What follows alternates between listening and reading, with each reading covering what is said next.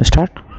नमस्कार दोस्तों, आप सभी का स्वागत अभिनंदन है आपके अपने YouTube चैनल देवेंद्र क्लासेस में। तो आज का जो हमारा लड़ाई का क्रम है या युद्ध का जो क्रम है हमारा, आ जाओ कोई दिक्कत नहीं। युद्ध की बात करेंगे तराइन के 1192 की लड़ाई की, ठीक है। तो उस युद्ध को डिटेल से समझेंगे।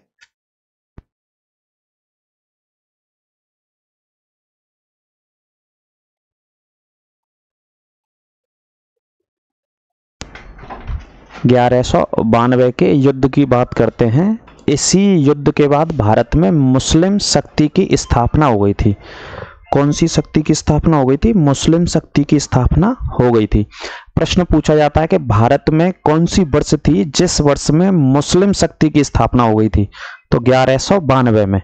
इस युद्ध के बाद, इस लड़ाई के बाद तो भारत में मुस्लिम शक्ति की स्थापना हो गई। तराइन का दूसरा युद्ध था 1192 में, जिसमें पृथ्वीराज चौहान और मोहम्मद गौरी के मध्य में यह लड़ाई होती है। अब समझिएगा, चर्चा करते हैं कैसे ये युद्ध होता है। युद्ध होने से पहले ऐसा था कि 1191 की लड़ाई हुई थी। 1191 की लड़ाई में मोहम्मद गौरी और पृथ्वीराज चौहान दोनों आमने सामने थे तराइन वाली जगह पे। तराइन वाला स्थान कहाँ है? अभी वर्तमान में हरियाणा में, लेकिन उन दिनों बठिंडा के पास पड़ा जाता था, जो कि बठिंडा इस समय पंजाब का एक शहर है या जिला है। तो वहां पर यह युद्ध होता है और पृथ्वीराज चौहान पूरी ताकत के साथ, और पृथ्वीराज चौहान का सहयोग और भी राजा करते हैं सिवा एक राजा को छोड़कर, जिसका नाम जयचंद था, जो कि कन्नौज का राजा था उन दिनों। उसने पृथ्वीराज चौहान का सहयोग नहीं किया था, लेकिन फिर भी पृथ्वीराज चौहान तृतीय ने, ये तीसरे थे, इन्होंने पूरी ताकत से मोहम्मद गौरी को हरा दिया और मोहम्मद गौरी जान बचा करके वापस भाग जाता है। वापस गजनी शहर चला गया। और गजनी कहां पे मिलेगा तुम्हें? अफगानिस्तान में स्थित है गजनी शहर, वहां रहता है। और कहा जाता है कि भैया इसने खाना पीना छोड़ दिया, इतना बड़ा बुरा लगा इसे भारत में हार करके। पूरी कोशिश करी इसने, लेकिन पृथ्वीराज चौहान की ताकत ज्यादा थी और तमाम राजाओं ने उसका सहयोग किया। पृथ्वीराज चौहान का खाना पीना छोड़ दिया और पूरे 1 साल तक अपनी सेना को ताकतवर करता रहा, बनाता रहा। 1 साल तक अपनी सेना को पूरी ताकतवर करके, सशक्तशाली करके फिर भारत पर ये आक्रमण करता है। दूसरी वर्ष में ही लगातार आता है। जो दूसरी वर्ष कौन सी थी? 1192। 91 तो वापस चला गया हार करके पृथ्वीराज चौहान से, फिर दोबारा अटैक करता है और उसी स्थान पर, उसी जगह पर आता है जहां पहले हार के गया। पहले कहां पर हार के गया था? तराइन के मैदान में। और वहीं पर शिविर लगाता है अपना और अपनी सेना को वहीं पर ला करके खड़ी कर देता है और युद्ध का इंतजार करता है। इस तरफ से पृथ्वीराज चौहान युद्ध के लिए आते हैं, क्योंकि उन्हें अपनी दिल्ली का सुरक्षा करनी थी और अजमेर की। दिल्ली और अजमेर उस समय जो थे वो चौहान वंश के अंडर में थे। चौहान वंश का ही शासन था उस समय। चौहान वंश के सबसे ताकतवर राजा थे पृथ्वीराज चौहान। तृतीय बोला जाता है इनको, है ना। फर्स्ट सेकंड के बाद तृतीय पढ़ा जाता है। और इनको एक उपाधि के नाम से जाना जाता है। इसको राय पिथौरा की उपाधि भी दी गई थी, जो कई बार एग्जाम में आती है। पृथ्वीराज चौहान को इस उपाधि के साथ जाना जाता है, ठीक है। तो देखिए, जब ये आया था, कौन आया था? मोहम्मद गौरी। तो पूरी तैयारी के साथ आया इस लड़ाई में। तो वर्ष आप लिख लेंगे, कौन सी वर्ष की बात हो रही है? 1192। सबसे पहले तो तराइन का युद्ध था ये, या तराइन की लड़ाई, कुछ भी आप हेडिंग डाल लीजिए और वर्ष लिख लेंगे आप 1192। 1192 में ये लड़ाई होती है, ठीक है। तराइन वर्तमान में बात करेंगे, हरियाणा में जगह स्थित है जे। कई बार जगह आपको पता होनी चाहिए कि भाई जगह कहां पर है जहां ये लड़ाई लड़ी गई। तो हरियाणा में है, ठीक है। वर्तमान में हरियाणा में, उस समय पंजाब के अंदर बठिंडा के पास इसको पढ़ा जाता है इतिहास के हिसाब से। देखो, जब मोहम्मद गौरी 92 में भारत में एंट्री करता है तो पूरी तैयारी के साथ आता है। ऐसा मोहम्मद गौरी, मोहम्मद बिन शाम भी इसको कहा गया है, पूरी तैयारी के साथ आता है जब भारत में अटैक करता है। क्यों आया पूरी तैयारी के साथ? इसको पता है कि एक लड़ाई, एक युद्ध जो हार चुका है ऑलरेडी, अब इसे हारना नहीं। तो तकरीबन अभी मैं आपको नाम बताने चल रहा हूं, 6-7 ऐसे योग्य सेनापति थे, बहुत ताकतवर थे, लड़ाई में बहुत दक्ष थे वो, जो मोहम्मद गौरी के साथ भारत में आते हैं, ठीक है। जिसमें एक प्रमुख नाम आप पढ़ते ही हैं, कुतुबुद्दीन ऐबक, इसी के साथ आया था। और आगे चल के उसने भारत में गुलाम वंश की स्थापना करी थी। कुतुबुद्दीन ऐबक ने इसी के साथ आया था, इसी का गुलाम था, इसी वजह से नाम पड़ा गुलाम वंश पहला, क्योंकि उसका पूरा जीवन मोहम्मद गौरी के साथ या उसकी सेना में या उनके दरबार में गुलाम के रूप में पूरा का पूरा जीवन उसका निकला था। कुतुबुद्दीन ऐबक के साथ में, उसके सभा में, उसके दरबार में इल्तुतमिश भी साथ में आया था। ये गौरी के साथ में ही भारत में आते हैं। इल्तुतमिश उसका गुलाम था। इस वजह से इतिहास में क्वेश्चन आता है कई बार एग्जाम्स में, गुलामों का गुलाम किसको कहा गया है? तो गुलामों का गुलाम इल्तुतमिश को कहा गया है। कुतुबुद्दीन ऐबक का एक और सेनापति था जिसने नालंदा विश्वविद्यालय को नष्ट कर दिया था, वो भी क्वेश्चन आता है। और 6 महीने तक जलता रहा था नालंदा विश्वविद्यालय। लाखों किताबें थी उस समय और बौद्ध धर्म को पढ़ाया जाता था नालंदा विश्वविद्यालय में, जिसका नाम था बख्तियार खिलजी। जो सेनापति था कुतुबुद्दीन ऐबक ना, उसने नालंदा को नष्ट कर दिया। तो ये लोग किसके साथ आए? ये बहुत ताकतवर और योग्य सेनापति थे और गुलाम थे। ये गौरी की सेना के साथ आते हैं और 1192 में आते हैं। लेकिन उससे पहले कुछ खास लोग और इसके थे जो सेनापति के तौर पर, देखिए एक खारकक नाम का व्यक्ति इसके साथ आता है सेनापति के तौर पर। किसके साथ? मोहम्मद गौरी के। ये कुछ नए नाम आपको मिलेंगे। एक खरमेल नामक व्यक्ति आता है, एक व्यक्ति खरमेल नामक व्यक्ति था। ये सब सेना में थे। मोहम्मद गौरी इन्हीं को लेकर के आया था लड़ने के लिए, ठीक है। एक इलाहा नामक व्यक्ति आता है, इसी की सेना में शामिल था, मोहम्मद गौरी की सेना में। 3 लोग हो गए। और एक चौथा जो व्यक्ति था वो मुकलवा था। ये बहुत ताकतवर व्यक्ति थे। चौथा जो व्यक्ति था वो कौन था? मुकलवा। ये 4 लोग थे भाई साहब जो कि मोहम्मद गौरी के साथ भारत आते हैं और इस युद्ध को लड़ते हैं पूरी ताकत से। इन चारों के नाम आपको पढ़ने को नहीं मिलेंगे बहुत सारी पुस्तकों में, किताबों में, ठीक है। और कई बार पढ़ाएंगे भी नहीं टीचर, क्योंकि यहां तक डीप में आता नहीं। लेकिन चूंकि हम पढ़ा रहे हैं बेटा डिटेल में, तो डिटेल में चर्चा करेंगे। आप पढ़िएगा, लिखिएगा। इनके अलावा जो और प्रसिद्ध व्यक्ति थे इसके साथ जो आए थे, इसके साथ जो और प्रसिद्ध व्यक्ति आए थे उनको मैं बता देता हूं कौन कौन से थे। देखिए उनके नाम सबसे ज्यादा एग्जाम में पूछे जाते हैं। मोहम्मद गौरी के साथ भारत आने वाले कौन कौन से थे? तो मोहम्मद गौरी के साथ एक तो सबसे प्रसिद्ध व्यक्ति इसका गुलाम था ऐबक। ऐबक ने भी इस युद्ध में भाग लिया भाई। दूसरा जो व्यक्ति इसके साथ में आया ऐबक के साथ में, कौन सा व्यक्ति था? इल्तुतमिश, ठीक है। इल्तुतमिश भी भारत आता है। तीसरा व्यक्ति साहब जो भारत आता है इनके साथ में ही, जिसका नाम बख्तियार खिलजी। बख्तियार खिलजी जी कुतुबुद्दीन ऐबक का सेनापति बनता है बाद में खिलजी, और यही नालंदा विश्वविद्यालय को नष्ट करता है। ये क्वेश्चन हजारों बार पूछा गया आज तक एग्जाम में। नालंदा विश्वविद्यालय को किसने नष्ट किया? तो नालंदा विश्वविद्यालय को इस व्यक्ति ने नष्ट किया, बख्तियार खिलजी ने। किसका सेनापति था? कुतुबुद्दीन ऐबक का सेनापति था। इतने रिलेशन याद रखने, इतने में काम हो जाएगा आपका। पुलिस, आरपीएफ, एसआई जो भी है ना, ये डीप तक क्वेश्चंस हैं आपको मैं बता दूं। तो 4 लोग ये थे जिन्होंने इस युद्ध में भाग लिया 1192 में, और 3 लोग ये थे। तीनों में सबसे ज्यादा नेतृत्व ऐबक कर रहा था। कौन कर रहा था नेतृत्व? गौरी की सेना का ऐबक कर रहा था। और इधर से ये कर रहे थे खारकक, खरमेल, इलाहा और मुकलवा। ये बहुत ताकतवर थे। इनको युद्ध लड़ने की नीति आती थी, किस तरीके से सामने वाले को हराना है। इस वजह से 1 साल तक तैयार करके लाया था इन चारों को। 3 ये 7 हो गए, ऐसे गिनती करेंगे तो बहुत सारे और भी लोग थे, ठीक है। मोहम्मद गौरी के साथ भाई साहब ये आते हैं। तराइन के मैदान में युद्ध शुरू होता है। और दूसरी तरफ कौन थे? पृथ्वीराज चौहान। ये हो गया एक पक्ष। और दूसरे पक्ष की बात करें तो दूसरा पक्ष इस तरफ मैं आपको बता दूं, नीचे ही बता देता हूं। पृथ्वीराज चौहान, पृथ्वीराज चौहान थे इसमें, ठीक है। और पीछे लगा लेना तृतीय शब्द के साथ पढ़ते हैं, ये गलत नहीं करना है आपको कभी। पृथ्वीराज चौहान तृतीय।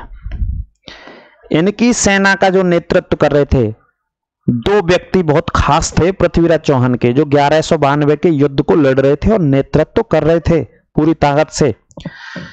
उन्हीं दोनों व्यक्तियों ने 1191 की जो पहली लड़ाई थी उसमें मोहम्मद गौरी को घायल किया था, और घायल होने से ये अपनी जान बचा करके भाग गया। तो मोहम्मद गौरी की पूरी गुस्सा थी भाई साहब, पूरा आक्रोश था उन दोनों व्यक्तियों पर। पृथ्वीराज चौहान कौन कौन से थे नाम मैं बता देता हूं आपको, जो पृथ्वीराज चौहान के साथ इस लड़ाई का नेतृत्व कर रहे थे। एक व्यक्ति थे इनके सेनापति के तौर पर गोविंद राय। एक सेनापति थे पृथ्वीराज चौहान के गोविंद राय। ये नेतृत्व कर रहे थे 1192 की लड़ाई का, और इन्होंने घायल किया था इसे पहली लड़ाई में, तो ये भाग गया था यहां से। गोविंद राय बहुत योग्य सेनापति थे पृथ्वीराज चौहान तृतीय के, ठीक है। इसके अलावा जो दूसरे सेनापति थे वो खांडे राय थे। दूसरे सेनापति कौन थे? खांडे राय। ये नाम लिख लेना बेटा। खांडे राय और गोविंद राय के हाथों में कमान थी किसकी? पृथ्वीराज चौहान की सेना की। दोनों योग्य थे, ताकतवर थे, ठीक है। लेकिन इनसे ज्यादा ताकत इस लड़ाई में इस व्यक्ति की हो गई, मोहम्मद गौरी की। तो मोहम्मद गौरी ने, जब युद्ध होता है तो आमने सामने दोनों सेनाएं आती हैं, तो युद्ध में ये भी मारा जाता है गोविंद राय और खांडे राय भी मारा जाता है। दोनों सेनापति मारे जाते हैं पृथ्वीराज चौहान के इस युद्ध में, तराइन की दूसरी लड़ाई में 1192 में। जब दोनों मारे जाते हैं तो फिर मैदान से, युद्ध मैदान से ये अपनी जान बचा करके भागता है। कौन भागता है? ऐसा इतिहासकारों ने लिखा है। अलग अलग इतिहासकारों में मतभेद हैं इस लड़ाई को भी, लेकिन पेपरों में तो डायरेक्ट वर्ष आती है, तो वर्ष याद रखिएगा, बाकी का मैं चर्चा कर रहा हूं कि ये अपनी जान बचा करके भागते हैं। इनको भी पकड़ लेता है मोहम्मद गौरी, पृथ्वीराज चौहान को, और पकड़ करके कहा गया है, एक लेखक थे, हिंदी में भी उनकी किताबें कई बार आ चुकी हैं, चंद्रवरदाई, उनका उल्लेख पृथ्वीराज चौहान के दरबार के समय मिलता है। उन्होंने एक किताब लिखी पृथ्वीराज रासो नाम की। उस पुस्तक में यह लिखा है, चंद्रवरदाई ने क्या लिखा है कि मोहम्मद गौरी इस युद्ध के बाद पृथ्वीराज चौहान को पकड़कर गजनी ले जाता है, अफगानिस्तानी ले गया पकड़ के यहां से, और वहां जाकर के क्या करता है कि जैसे पृथ्वीराज चौहान को मौका मिल जाता है थोड़ा सा, तो अपना एक शब्द भेदी बाण, यानी कि बोल करके, उस समय ऐसे बाण चलते थे, शब्दों के साथ जाते थे, शब्द भेदी बाण चलाता है और वहीं पर मोहम्मद गौरी को ढेर कर देता है। ऐसा लिखा है पृथ्वीराज रासो में। लेकिन इसके उलट एक दूसरे लेखक थे, दूसरे लेखक का भी उल्लेख है, हसन निजामी, उन्होंने एक किताब लिखी ताजुल मासिर। हसन निजामी ने ताजुल मासिर किताब लिखी, उसमें कहा है कि मोहम्मद गौरी कहीं नहीं गया पृथ्वीराज चौहान को लेके। पृथ्वीराज चौहान को लेके अजमेर आता है, और अजमेर आकर के पृथ्वीराज चौहान अधीनता स्वीकार करता है किसकी? मोहम्मद गौरी की। और मोहम्मद गौरी एक छत्र राज्य स्थापित करता है अजमेर और दिल्ली पर, यानी कि ये दोनों उसी के कब्जे में आते हैं। इससे कैसे स्पष्ट होता है कि वो कहीं नहीं जाता, अजमेर लेकर के आता है, दिल्ली लेकर के आता है? जब खोज हुई बाद में तो सिक्के मिले, यानी कि शासनकाल के, पृथ्वीराज चौहान के शासनकाल के, तो पृथ्वीराज चौहान के सिक्कों पर मोहम्मद बिन शाम नामक नाम लिखा मिला कई सिक्कों पर खोज के दौरान। मोहम्मद बिन शाम किसको कहते थे? मोहम्मद गौरी को। तो इससे यह स्पष्ट हो गया, जब पृथ्वीराज चौहान के समय के सिक्कों पर एक व्यक्ति का नाम लिखा मिल रहा है, तो इससे अंदाजा लगाया है कि पृथ्वीराज चौहान ने उसकी अधीनता स्वीकार कर ली थी, तभी तो सिक्कों पर नाम आया, तभी तो सिक्कों पर उसकी आकृति आई। तो ये एक दूसरा लेखक कहता है। ये मैंने आपको दोनों कहानियां बता दी हैं। ये कहानियां एग्जाम्स में आती नहीं है, लेकिन जानकारी के लिए कि इस लड़ाई के बाद पृथ्वीराज चौहान की हत्या कहां कर दी गई थी, यहीं हत्या कर दी गई थी या अफगानिस्तान के गजनी शहर ले जाया गया, तो अलग अलग मत हैं इसमें, ठीक है। युद्ध हो जाता है, इनकी हत्या कर दी जाती है, गोविंद राय की और खांडे राय की भी हत्या कर दी जाती है, और पृथ्वीराज चौहान को यहाँ तृतीय को पकड़ लिया जाता है। किसके द्वारा हत्या कर दी जाती है? मोहम्मद गौरी के द्वारा। और मोहम्मद गौरी के साथ ये सभी इसकी सेना में शामिल थे, ऐबक, इल्तुतमिश, बख्तियार खिलजी, ठीक है। और इसके अलावा क्या होता है, 1192 से लेकर के 1205 तक लगातार, 1205 तक लगातार मोहम्मद गौरी भारत में कहीं ना कहीं आक्रमण करता रहता है आसपास के राज्यों पर, ठीक है। और एक पॉइंट नोट करके याद रखना, भारत में पहली बार मुस्लिम शक्ति की स्थापना, भारत में पहली बार मुस्लिम शक्ति की स्थापना, ये पॉइंट नोट कर लेना, बहुत मोस्ट इंपोर्टेंट पॉइंट है, कई बार पूछा गया है। भारत में पहली बार मुस्लिम शक्ति की स्थापना कब होती है? मुस्लिम शक्ति की स्थापना कब होती है भारत में पहली बार, ठीक है।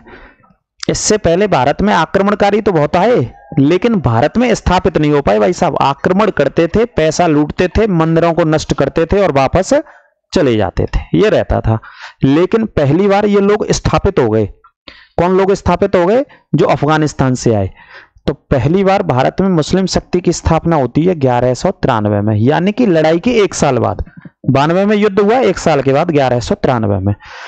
अब आपसे पूछा जाता है कि मुस्लिम शक्ति की स्थापना जो हुई थी वो कौन सी मुस्लिम शक्ति थी जो भारत में स्थापित होती है? तुर्की मुस्लिम शक्ति इनको कहा जाता है। तुर्क आक्रमण, तुर्की या तुर्क आक्रमण मुस्लिम शक्ति थी जो भारत में स्थापित हुए थे 1193 में, ठीक है। 92 की लड़ाई जीत ली, 1193 में स्थापित हो जाते हैं, और फिर ये आगे क्या करते हैं, फिर और विस्तार करते हैं और आसपास के राजाओं को हराते हैं। इसी क्रम में मैं अगला लड़ाई लेकर के आऊंगा, अगली वीडियो में आपको बताऊंगा, समझाऊंगा, चंदावर के युद्ध को चर्चा करेंगे। 93 के जस्ट 94 में अगली साल में कन्नौज के ऊपर आक्रमण करता है मोहम्मद गौरी। किसके ऊपर? कन्नौज के ऊपर। और कन्नौज के राजा थे उन दोनों जयचंद। तो राजा जयचंद से ये युद्ध करता है, ठीक है, और जयचंद को हरा देता है, जयचंद को मार भी देता है। और जयचंद का इलाका था कन्नौज का, वो भी मोहम्मद गौरी के अंडर में आ जाता है। मोहम्मद गौरी उस पर भी शासन करता है। तो अंततः इस लड़ाई को लड़ने के बाद मोहम्मद गौरी भारत से वापस लौट जाता है और अपने जीते हुए क्षेत्रों को, जो उसने जीत लिए थे भाई साहब, चाहे दिल्ली हो, चाहे अजमेर हो, है ना, चाहे आसपास के और इलाके हो, कन्नौज हो, इन इलाकों को किसको दे करके जाता है? कुतुबुद्दीन ऐबक को, कि भैया ये लो, ये जीते हुए क्षेत्र हैं, आप इनको संभालो और शासन करो। तो ऐबक उन दिनों लाहौर में रहता है मोहम्मद गौरी के लौटने के बाद, और उसने अपना हेड ऑफिस भी लाहौर में बना करके रखा। ज्यादातर समय तक लाहौर में बिताया उसने, और वहीं से पूरे शासन की देखभाल करता है। ठीक है, इस तरीके से ये हिस्ट्री आगे बढ़ती है। इसी वजह से ऐबक को पढ़ा जाता है। जब ऐबक को हम पढ़ेंगे तो ऐबक के बारे में हम पढ़ते हैं, 4 साल तक का शासन रहा ऐबक का। 1206 से 1210 में उसकी मृत्यु हो गई घोड़े से गिरकर चौगान खेलते हुए। तो जब पढ़ते हैं कि भाई ऐबक ने शासन कहां से किया, तो ऐबक लाहौर में ही रहता था ज्यादातर, उसे लाहौर ही पसंद था। इस वजह से उसका शासन पढ़ते हैं कि भैया ये तो लाहौर में ही था और लाहौर से इसने शासन किया था। राजधानी भी उसकी लाहौर थी। उसका गुलाम आया था दिल्ली पहली बार, जिसका नाम था इल्तुतमिश। उसने दिल्ली से शासन शुरू किया था गुलाम वंश में। ठीक है, तो इस युद्ध को आप पढ़िएगा, रिवीजन करिएगा और बच्चों के पास शेयर कर दीजिएगा वीडियो को। पहली बार भारत में मुस्लिम शक्ति की स्थापना तराइन की दूसरी लड़ाई 1192 के बाद हो जाती है, यानी कि 1193 में। अगली लड़ाई की बात करेंगे, चंदावर का युद्ध आपको पढ़ाएंगे। तो ये आपको बता दिया तराइन का दूसरा युद्ध, और पहला युद्ध भी मैं बता चुका हूं। पहले में पृथ्वीराज चौहान जीतते हैं और दूसरे में पृथ्वीराज चौहान हार जाते हैं। इसी को हारने के बाद चौहान वंश का पतन हो जाता है, समाप्त हो जाता है, और दिल्ली और अजमेर में मोहम्मद गौरी आ जाता है ना। या मोहम्मद गौरी के साथ में जो ये लोग आए थे, इनको स्थापित कर देता है कहीं ना कहीं आसपास के इलाकों में।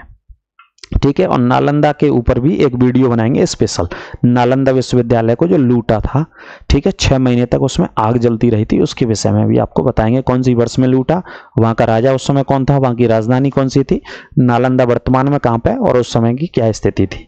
तो क्लास को ज्यादा से ज्यादा शेयर करें। अगली वीडियो में फिर आपको चर्चा करेंगे अगले टॉपिक की। नमस्कार।